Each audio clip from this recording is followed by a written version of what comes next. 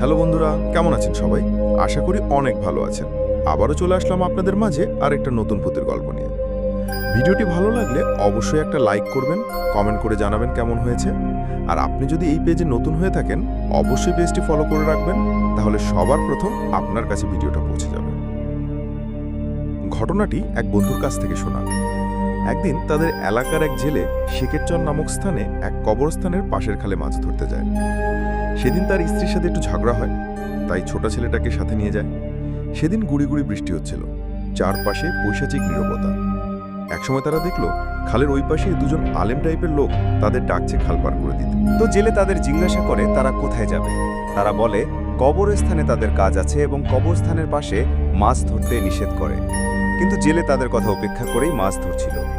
এক পর্যায়ে তাদের চোখ যায় কবরস্থানে এবং তারা দেখে ওই দুজন লোক কবরের এক লাশ বীভৎসভাবে খাচ্ছে আর লাশের পচা গন্ধে চারপাশ ভরে আছে। তাদের দেখে ওই দুজন একটি মরা মানুষের অঙ্গ তাদের নৌকায় ছুঁড়ে মারে এবং তাদের খেতে বলে। এই দৃশ্য দেখে ছোট ছেলেটি জ্ঞান হারায়। জেলে অনেক ভয় পায় এবং বাড়িতে ফিরে আসে। তো রাতে আর কারোর সাথে তারা এই ঘটনা শেয়ার করেনি। সকালে তাদেরকে বিছানায় মৃত অবস্থায় পাওয়া যায়।